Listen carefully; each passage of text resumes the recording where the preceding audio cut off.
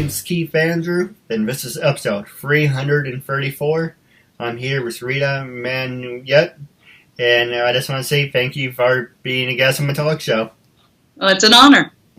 Now, for people who want to know what my talk show is about, the whole point of my talk show is to show people that even with having a learning disability, I can still overcome controversy and reach my goals in life. At the same time, I'm able to turn myself into a perfect example for people out there dealing with any types of learning disabilities and disabilities. But you should never give up, and you should prove to people you can still amount to something. Never give up and prove people wrong. And, like I always add on to it, labels do not dictate who you are and who you're going to be. You should prove to people you can break the labels. So, what's that mean? Go ahead. Absolutely. Keith, I don't know if you know this, but my son is learning disabled. I did not know that. Yes, he certainly is. ADD, and then some sensory deprivation that he has. And he's doing great. He's had he's had 7 total heart surgeries, and he just recently had an open heart surgery back in June, and he's just doing fantastic, 17 years old. Hey, he's more than welcome to be a guest on my show if he's interested. He'd probably like that. And now, you brought up ADD, and that's kind of what I have. A lot of people, and if I hesitate, I apologize. Not at all. What I have is ADD, ADHD. I learn, I'm like you, but I learn at a slower pace. For an example, it would say someone like, okay, we're going to read this book, and we're going to do page 1, 2, 3, whatever. I'm like, okay, no problem. But for me, you will have to sit down and go over it, and go back and do it again, for like 3, 4 times. And so because of that, people say I'm learning disabled and retarded, because it takes me longer for me to process it. You just know your work ethic. You know how hard you have to work to make it happen. No, absolutely. Yeah, same with Grant. Now, before we can jump into the questions, I do want to point out, I do like that background behind you. It's really nice. Kind of wish I had that. This is my recording studio. So when I do auditions for different shows, which I just did one today, I can't unfortunately tell you who it was for. Those are confidential until I'm booked and I actually shoot the thing, and then I can start talking about it. But I do that here, and I also tape other actors in the area that need audition help. So I have a blue background. Then I have lights on each side. Oh, that's nice. Big light there. And this is my taping studio. Hey, if you're interested, I would love to work with you. If you want to help me do some auditions or get headshots out there. What area of country are you in? Oh, New York. Okay, you've got lots of opportunities there. I'm in Jacksonville, Florida, and still trying to make it work. So, we have a smaller group. Of course, the Southeast is booming, but not like New York is. So you have lots of opportunities out there. There's probably people just like me that are taping in their own homes for auditions and things. Headshots, you've got plenty of opportunities there in New York to get those. So definitely do some research there in your area, because I'm sure they would love to have you. Oh, just saying, if you want to put a good word in for me, I appreciate it. Absolutely. Now I'm going to ask you some easy questions and then a couple hard-hitting ones. Then Sure. I will pass the show over to you. And the first one is, when you were growing up, how was life?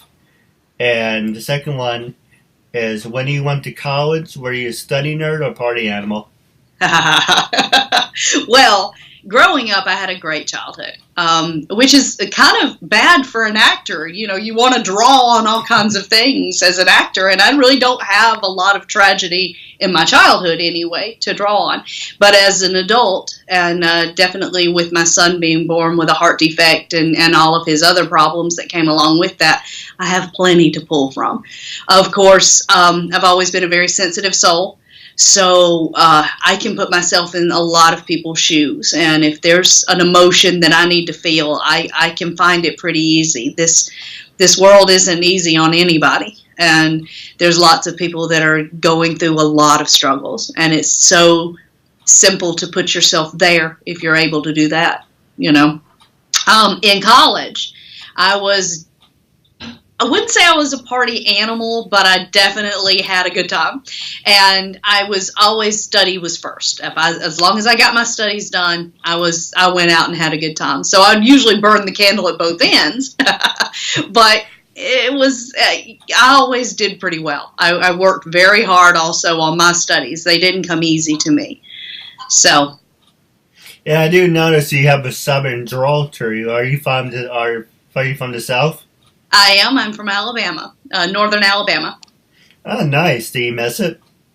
I do. I miss mountains. We don't have that in Florida. It's all pretty flat. So I miss, mountains and hiking and things like that. But I love Florida at the same time, too. So we like the area and being able to be close to the beach and those kind of things. But, yeah, mountains is something that I definitely miss. Do you guys take, family trips up to the mountains, or? Yeah, we usually, we like Gatlinburg, that area. A lot, and then around just in my hometown, there's lots of mountains and different areas that, with topography. I like driving through the Atlanta area because it's so different from here. I can I feel a certain excitement when I get to a point where I'm going up a hill. I don't know. It's like the sky opens up even more or something. That's true, and the higher you go, the better the view, right? Exactly. That's what I like, a good view. Now, the next question I was going to ask you is, have you ever done any voiceovers, number one? And number two, who influenced you to start your career? I've just done a couple of voiceovers, but nothing you probably would have heard.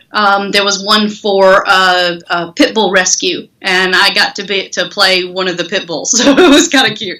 But voiceover's never been my real aim. I really like the art and the craft of acting, and being one-on-one with someone else and working with them as an actor and making something real.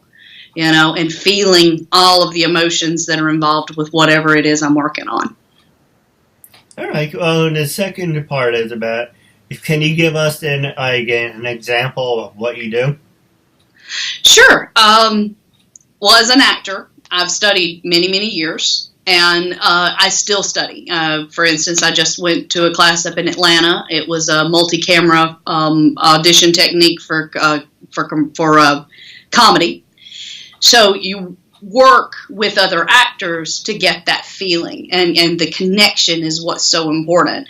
So through all of anybody's acting classes, if they've ever taken any, that is the main key, is to connect with the other person and make it real. Kind of like what we're doing right now. But we're not scripted. So, but being scripted, then you have to work even harder to make that come to life. And of course, a writer, that's what they're aiming for, is they've written it and they've got it in their head, but they want to see somebody actually make that happen. So I'm just a part of the storytelling. Well, what do you say in a sense that I'm kind of like an actor, and would say I'm kind of storytelling? Absolutely. And you're telling your own story through other people's stories. Yeah, but I never thought about it like that. That's how I look at you right now. Yeah, I appreciate it. Now, going back to your acting career, were you in any extras, number one? And did you star in any primary, I almost said talk shows, but were you on any primary TV shows besides being extras? I don't really do extra work that much. I did starting out, and there was a Tiger Woods commercial that never made it to air that I was in. But being an extra, you're just a body in the background. Yeah. And that's what you're supposed to be.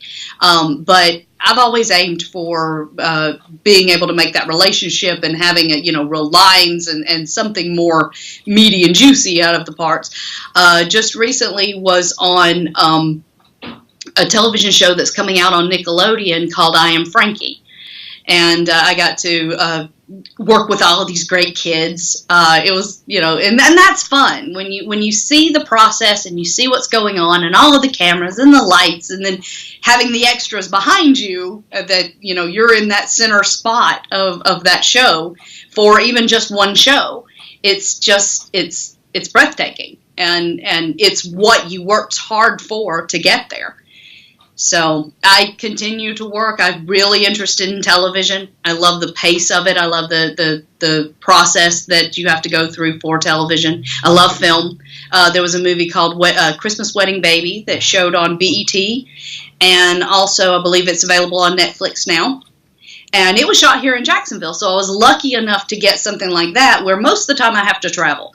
Where that one, I was here. So I'd work 10, 12-hour days, but I'd still be able to come home and tuck my boy in and make dinner and, do the regular things that you want to do. But when you travel, that becomes harder. So it was nice to have something that was here local in Jacksonville to shoot.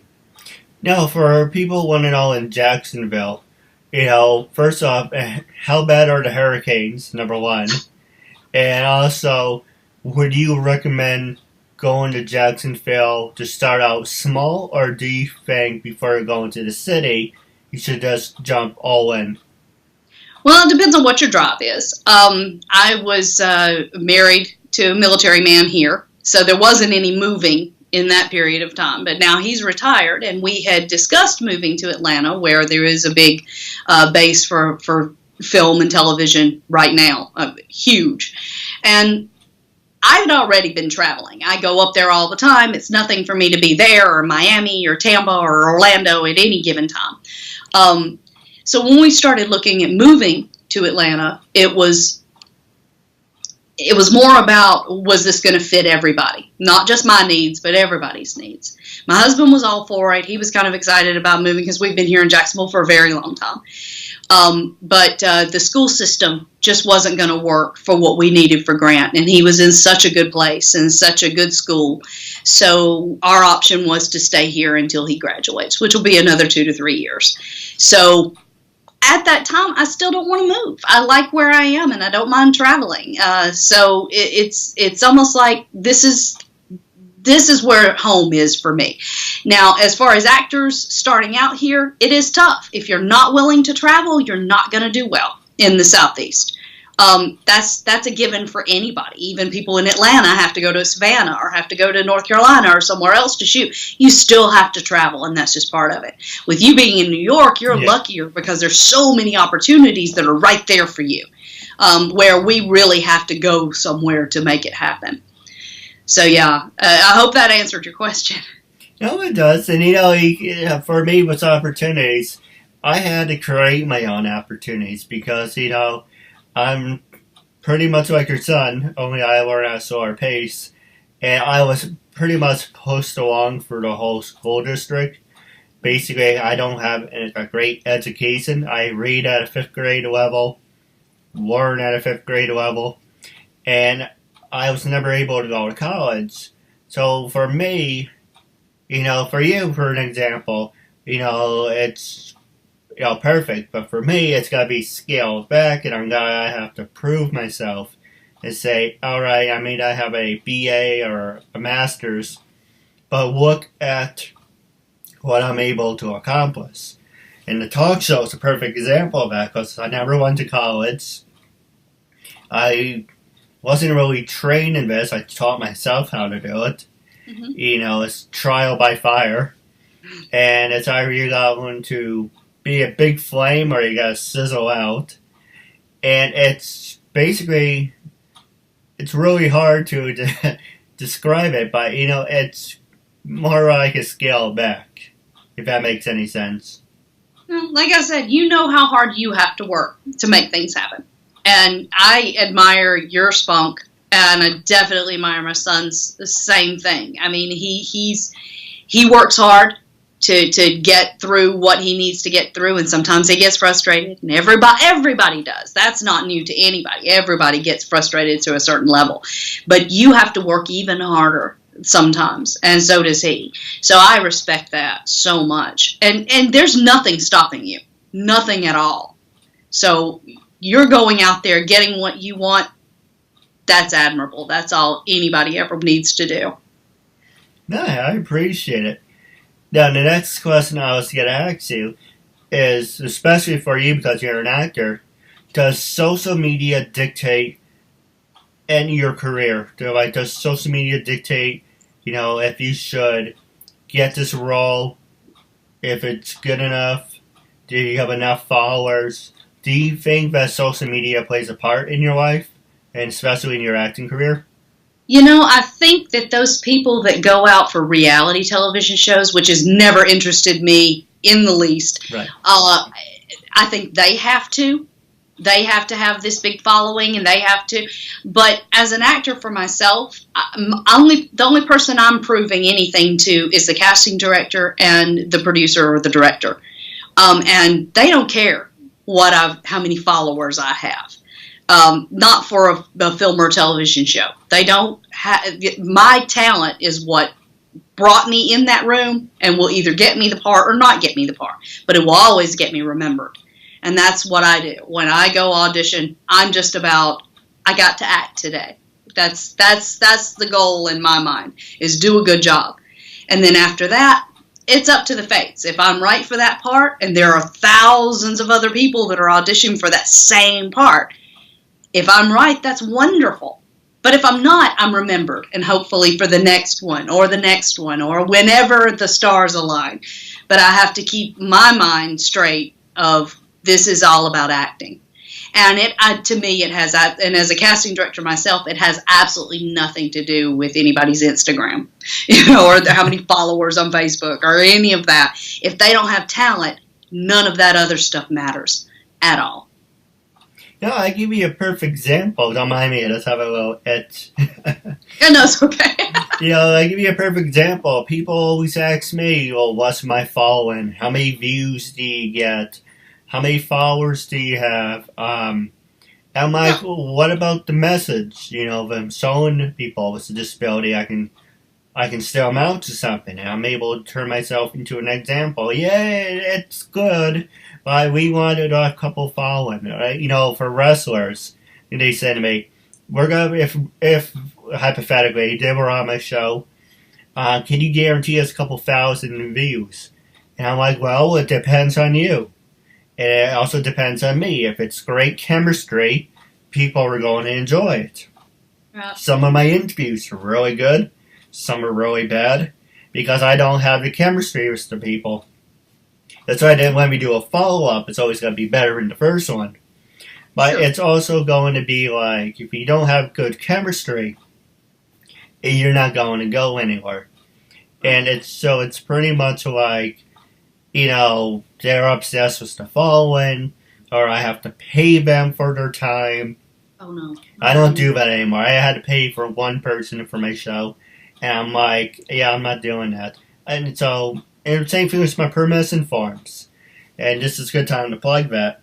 The reason I do my permission forms is, make a long story short, you were supposed to be 434.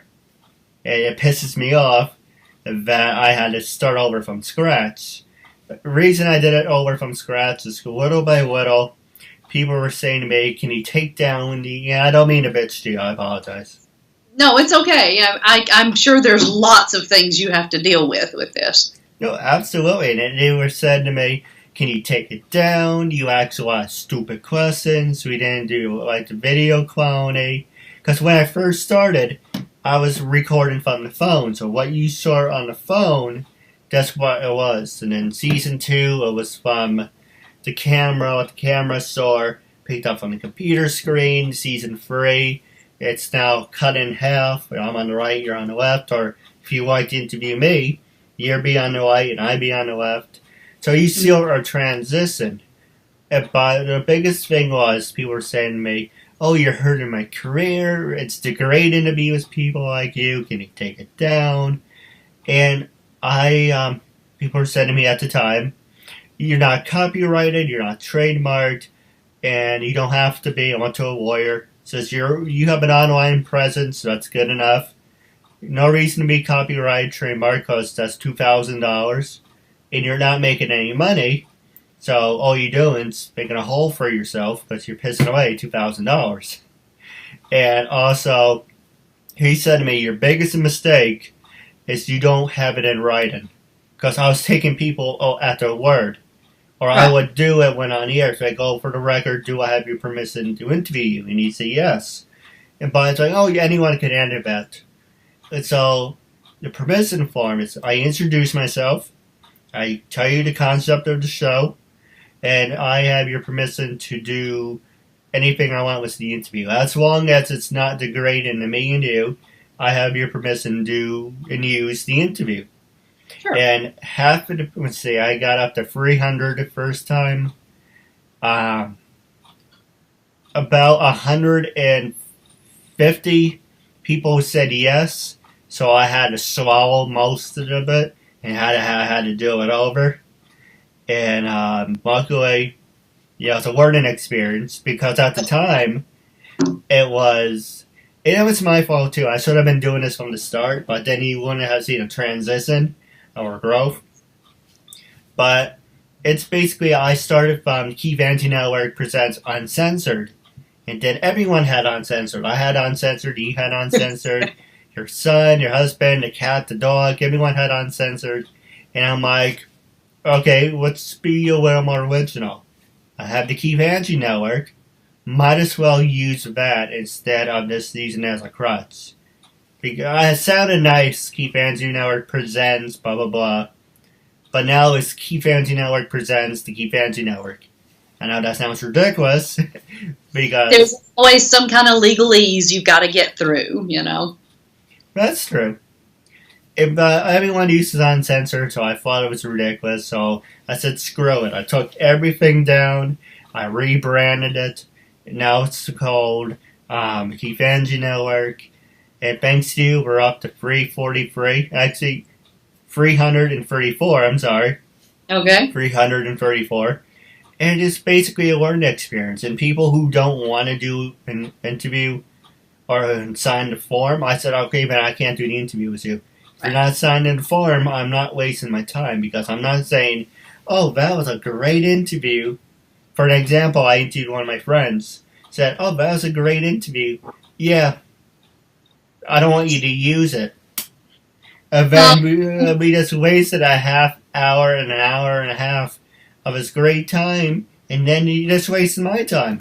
No, I'm sorry to hear that. But, yeah, there's always learning curves in everything. So, sounds like you're on the right path, though, now.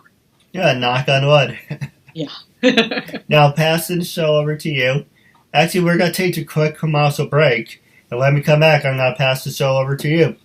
Okay, thanks. A message for yourself or as a gift for someone else. For personal connections, shout-outs, birthdays, proposals, weddings, and much more. Enter your details about yourself so the celebrity can record a personal video message especially for you, including details such as your name, age, birthday, hobbies, or whatever else you include. As soon as the video has been recorded, you'll get an email with your link so you can share it on social media or download and keep it. Celebrities record videos as and when they can, usually within 2 weeks. But if you want a video for a specific date and it does not look like it will arrive in time, you can cancel it and get an instant refund at the click of a button. There are hundreds of celebrities to choose from and many more joining every day. Search by category or genre, buy a gift voucher, get updates and offers, and encourage your favorite celebrities to join so they can connect with fans in a fun and unique way. Raise money for their charities and much more. So order your video now for yourself or for someone else. I'm so bored.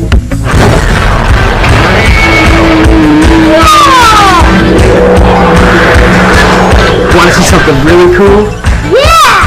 Now you'll never be bored again with Loot Crate, a totally bodacious mystery box packed with awesome toys, radical games, and other surprises.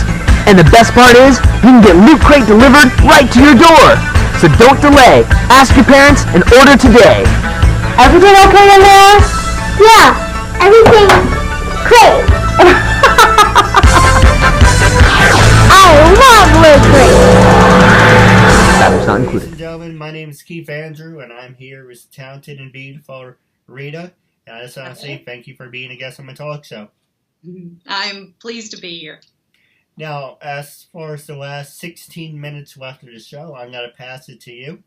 So you can ask me anything you want. You can ask me about my disability, about all the controversy I had to overcome.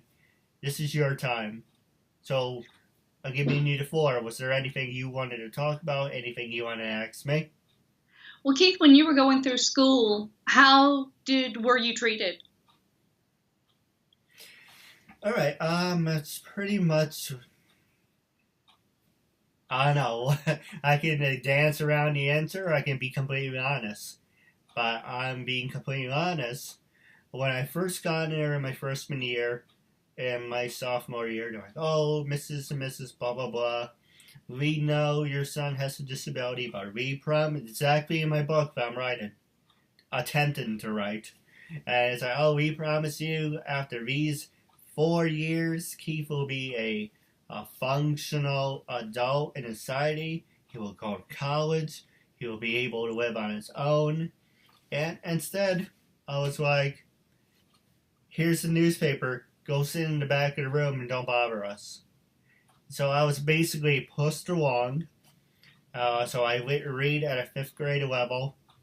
I learn at a 5th grade level. I'm a little, I almost said domestic, but I'm a little trying to find out a word. I can't really read that well. Mm-hmm. So I can read a little bit, but I kind of struggle with it. So it's, it's all these different things that people throw at me and say, oh, you're never going to amount to anything. You're never going to do this, that. And I said, screw it. But for the longest, here's the truth. For the longest time, I was using my disability as a crutch. I can't do this, I can't do that. And I was taking advantage of it, to be completely honest with you. I was taking advantage of it. It's like, oh, I don't have to take this test because I'm handicapped. I don't have to do this. It doesn't mean anything. But I knew, like, you throw a boomerang, it's going to go, and then it's going to come back and swing you, hit you in the ass. Yeah. And so it did, in one way or another. And so basically, I was sitting at the table with my family, and they were talking. I'll talk to him, talk to her, blah, blah, blah. Oh, he knows people, she knows people. And I said, what about me? And they stopped and looked at me and said, what about you? And it's like, well, I want to take a state exam. I want to, become a school teacher, or I want to do what I'm doing now, but on a professional level. And like, one, he have poor people skills. Okay, that's true. I'm going to disagree. I don't think you do. Well, thanks to my talk show, it helped me a lot. Yeah. But they said I have poor people skills. I'm socially awkward. You have an IEP diploma. Basically, it's a normal high school diploma. But basically, that's only good for if you want to go learn a trade. To go to a 2-year school, work on a car, refrigerators, air conditioners. I didn't want to do that. Maybe down the road, but I don't want to do it right now. But there's nothing wrong with that either. No, absolutely. If that's what you love doing.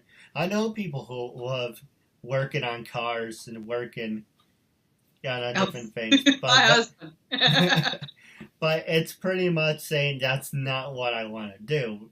Right. But it's, but I don't know, maybe one day I was looking at my dad's car engine, and I'm like, yeah, I have no idea what I'm looking at. But I suck at working on cars, or learning on air conditionings or plumbing. Down the road, it may be something, but I didn't want to do it because I don't feel comfortable doing it. And it's pretty much, I'm not educated, don't have any degrees or whatever other stuff you want to throw at me. And I'm like, you know what? For the longest time, I was using a learning disability as a crutch.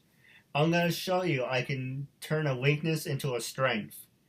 In 2013, don't ask me why. It seemed like a good idea at the time. Kind of wish I didn't do it, but it was a stepping stone.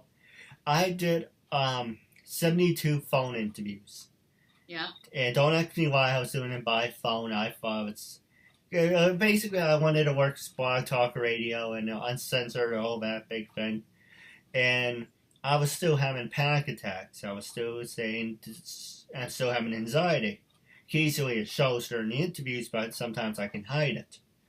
And so guys said to me, "You have this great format. Why aren't you big or bigger than you portray yourself to be? Why don't you have sponsors? Why don't you have this? Oh, would you like to help me?" I said, no, if you can't do it yourself, man, it's not meant to be. So I hung up and said, "Thank you for your time." It's like, yeah, thanks a lot, asshole. So it got me annoyed, that's why I said it. But one guy I did talk to said, "Do it over, change the format, and see if it's meant to be." And thanks to what he said, I changed from the phone to video, and thanks to you, we're up to 334. There you go. Like I said, there's nothing that can stop you but you. You make that choice. I don't know how many times I was told that as a casting director, I'm never going to be seen as an actor. They don't, no other casting director is going to want to bring me in if they know that I'm doing casting. Well, so far, that hasn't been true. That's been true with one person. And just this year, that even got broke. After about 13 years of him not seeing me, he called me in, and I actually got a call back for the same thing that I was auditioning for the first time. So I keep them very separate. That's my choice. But nobody is going to tell me I can't do something. I don't hear it very well. It doesn't register with me, and it definitely doesn't settle with me. Your mood, your attitude, everything else is up to you. And nobody else can control that unless you allow them to control that, And it doesn't sound like you're allowing anybody to control who you are, and that's good. No, absolutely. And it doesn't matter if you have friends who are negative or your family's negative. Sure. You said at the end of the day, this is my life, this is my story, and I'm going to show you we can still amount to something. And you've done that. You're doing that right now. Yeah, I appreciate it. Now, the next question I was going to ask you, then we can wrap up, is what do you see for yourself going into the future? What, do you have like a little plan for yourself saying, this is what I want to do? Because you're climbing that ladder, I'm climbing the ladder right behind you. So it's, where do you see yourself? Like, where do you see the ladder cutting off and saying, I gone as far as I wanted to, and I'm happy with it? I want to be a series regular on a great show, hopefully drama. I love drama, but I also adore comedy. So either one would be just great for me. But as long as I'm feeding the creative artist that's inside of me, as long as I'm acting, as long as I'm casting or I'm a part of a big project, that I can give my skills to that project, and realizing that I'm a small cog in that big wheel. I help that situation along, but I'm not the main person. I'm not the one that's making everything happen. I'm just a piece of that. That's all I want to be, is just a piece of that. I want to be a storyteller. I want to continue to give myself when the time comes for a role, and really dig in and eat that and live it.